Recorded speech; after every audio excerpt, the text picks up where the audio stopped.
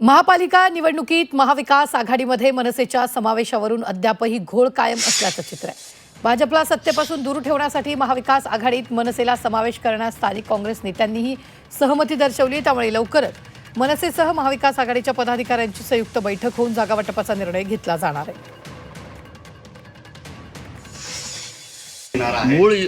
मूळ युती नाशिकला शिवसेना म्हणजे आमची शिवसेना आणि मनसेचीच आहे। दोघांमध्ये चर्चा सुरू आहे, महाराष्ट्र नवनिर्माण सेना आणि शिवसेना। त्यानंतर काल राष्ट्रवादी काँग्रेस शरद पवार साहेबांचे त्यांचे नेते येऊन सहभागी झाले। काँग्रेस पक्षाकडून संदेश येतात की आम्हालाही सहभागी करून द्या।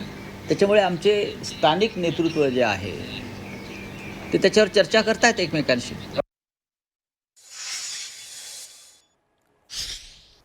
तर आपण पाहतोय लवकरच महाविकास आघाडी मनसे संयुक्त बैठकीत जागावाटपाचा निर्णय होणार आहे।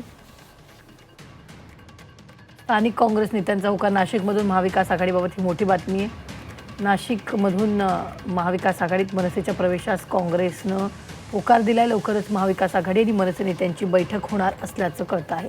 संयुक्त बैठकीत जागावाटपाचा निर्णय होणार आहे।